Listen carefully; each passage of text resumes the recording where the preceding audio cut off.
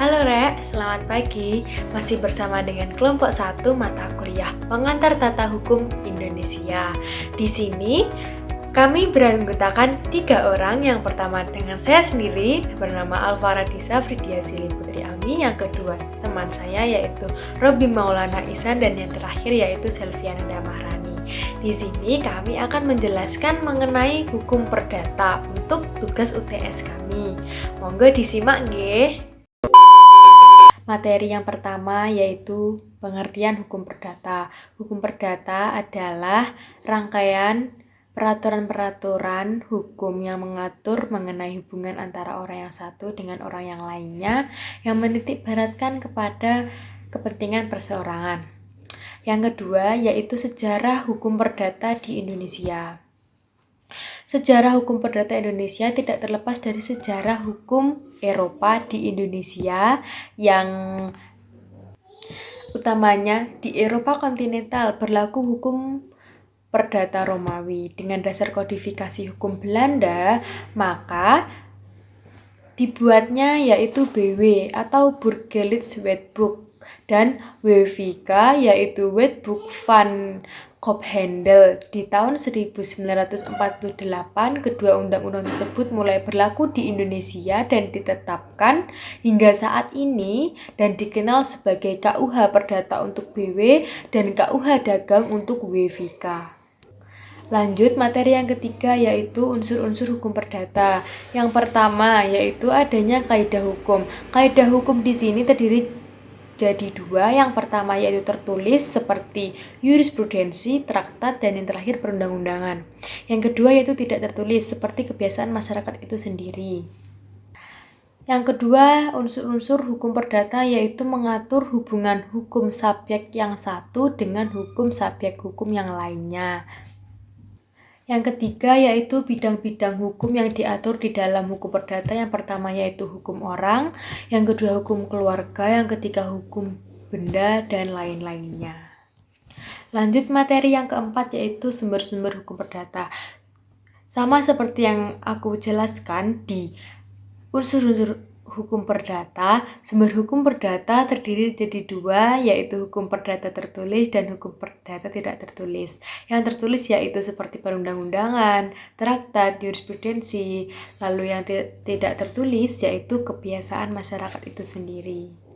Lanjut yaitu asas-asas hukum perdata terdiri dari 5 menurut buku 3 Kitab Undang-Undang Perdata ya atau KUH Perdata. Yang pertama yaitu asas kebebasan berkontrak. Asas kebebasan berkontrak adalah suatu asas yang diberikan kepada para pihak. Yang pertama yaitu membuat atau tidak membuat perjanjian.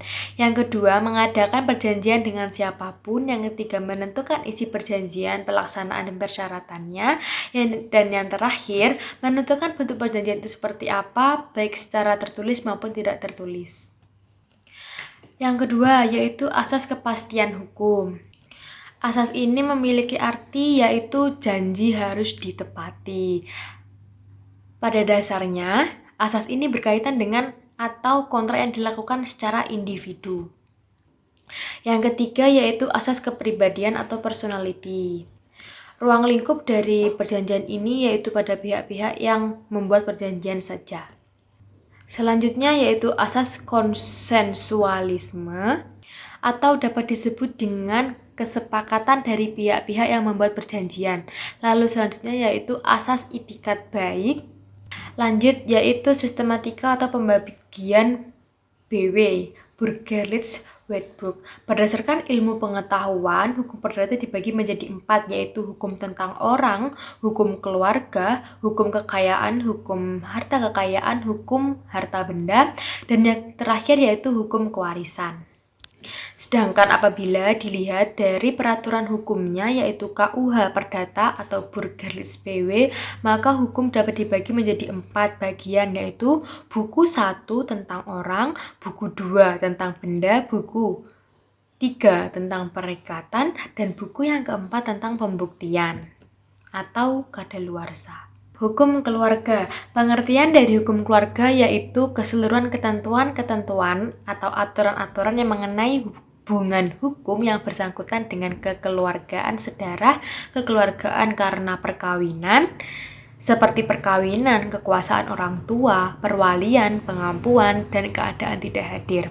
Lalu sumber hukum keluarga yaitu sumber hukum tertulis. Seperti apa saja? Yaitu kaidah hukum yang bersumber dari undang-undang, jurisprudensi, dan terketat. Yang kedua, KUH Perdata. Yang ketiga, peraturan perkawinan campuran. Dan yang terakhir, Undang-Undang Nomor 32 Tahun 1954 tentang pencatatan nikah, tatak, dan rujuk. Yang kedua, sumber hukum keluarga yang tidak tertulis seperti apa? Yaitu kaidah-kaidah yang timbul, tambah, dan berkembang dalam kehidupan bermasyarakat.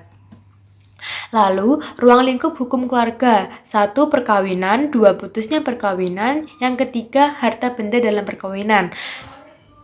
Lalu, secara luas, hukum keluarga mencakup atas keturunan, kekuasaan orang tua, perwalian, pendewasaan, pengampuan, dan perkawinan. Materi selanjutnya akan dilanjutkan oleh teman saya. Terima kasih. Perkenalkan, nama saya Robi Maulana Ihsan dengan nomor induk mahasiswa 22021100074. Lalu saya akan menjelaskan hubungan hukum perdata dengan tata hukum Indonesia. Salah satu bidang hukum yang mengatur hak dan kewajiban yang dimiliki pada subjek hukum dan hubungan antara subjek hukum. Hukum perdata disebut pula hukum privat atau hukum sipil sebagai lawan dari hukum publik. Jika hukum publik mengatur hal-hal yang berkaitan dengan negara serta kepentingan umum, misalnya politik dan pemilu, yaitu hukum tata negara, kegiatan pemerintah sehari-hari, hukum administrasi atau tata usaha negara, kesejahteraan, hukum pidana, maka hukum perdata mengatur hubungan antara penduduk atau warga negara sehari-hari, seperti misalnya kedewasaan seseorang, perkawinan, perceraian, kematian, pewarisan, harta benda, kegiatan usaha, dan tindakan-tindakan yang bersifat perdata lainnya. Lalu, hukum tata negara adalah hukum yang mengatur tentang negara, yaitu antara lain dasar pendirian, struktur kelembagaan, pembentukan lembaga-lembaga negara, hubungan hukum, hak dan kewajiban antara lembaga negara, wilayah dan warga negara. Hukum tata negara mengatur mengenai negara dengan keadaan diam, artinya bukan mengenai suatu keadaan nyata dari suatu negara tertentu, sistem pemerintahan, sistem pemilu, dan lain-lain dari negara tertentu, tetapi lebih pada negara dalam arti yang luas. Hukum ini membicarakan negara dalam arti yang abstrak. Lalu, hukum tentang orang dan badan hukum. Hukum tentang orang atau Personenrecht dalam Burgerlich Wetboek atau BW diatur dalam buku 1 yang berjudul Van Personen, yang terdiri atas peraturan-peraturan yang mengenai subjek hukum. Di samping itu, memuat juga peraturan-peraturan mengenai hubungan keluarga, yaitu mengenai perkawinan dan hak kewajiban suami. Lalu, badan hukum dalam bahasa Indonesia diartikan sebagai organisasi atau perkumpulan yang didirikan dengan akta yang otentik dan dalam hukum diperlakukan sebagai orang yang memiliki hak dan kewajiban, atau disebut juga dengan subjek hukum. Assalamualaikum warahmatullahi wabarakatuh. Saya Selviana Damarani dari kelompok 1 Hukum Perdata. Nomor induk mahasiswa 200201100075.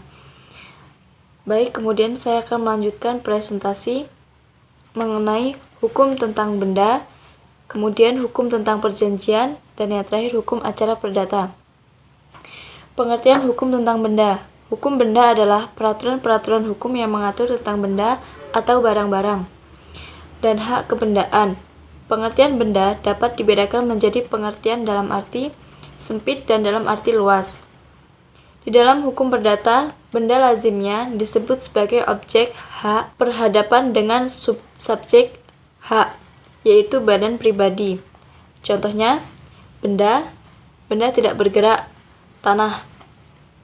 Kemudian, hukum perjanjian. Pengertian perjanjian adalah suatu perbuatan hukum di mana seorang berjanji kepada seorang lain atau di mana kedua orang itu saling berjanji untuk melaksanakan suatu hal, menurut pasal 1313 KUH Perdata. Contohnya, perjanjian ini bersifat terbuka bagi pihak ketiga. Contohnya, Konvensi Wina 1958 tentang hubungan diplomatik, perjanjian PBB mengenai HAM, dan lain-lain. Perjanjian ini jadi semua negara baik terlibat maupun tidak terlibat dapat berpartisipasi di dalamnya. Yang terakhir, hukum acara perdata Indonesia adalah hukum yang mengatur tentang tata cara beracara. Dalam lingkup hukum perdata, pada acara perdata dan menuntut tergugat, adalah pihak yang dirugikan penggugat berhadapan dengan tergugat. Contohnya yang pertama, hukum warisan. Jika di dalam sebuah keluarga mempunyai harta benda yang akan diwariskan saat meninggal, ayah sebagai kepala rumah tangga akan mewariskan harta bendanya kepada anak-anaknya ketika meninggal. Maka sang ayah akan menuliskan surat wasiat yang berisi tentang siapa saja penerima warisan, ketentuan, dan lain-lain. Namun, ketika terjadi selisih paham saat pembagian antar penerima warisan, maka salah satu jadi penerima akan melaporkan kepada pihak berwenang tentang perselisihan. Contoh yang kedua, hukum perceraian. Hukum perceraian dalam rumah tangga biasanya diambil karena terdapat permasalahan yang sudah tidak dapat diselesaikan dengan cara kekeluargaan. Maka, salah satu dari pihak istri atau suami akan melaporkan gugatan cerai kepada pengadilan untuk tidak lanjuti. Contoh yang ketiga, hukum pencemaran nama baik. Kasus pencemaran nama baik umumnya terjadi di kalangan media, biasanya dari kalangan artis atau pejabat. Sekian, wassalamualaikum warahmatullahi wabarakatuh.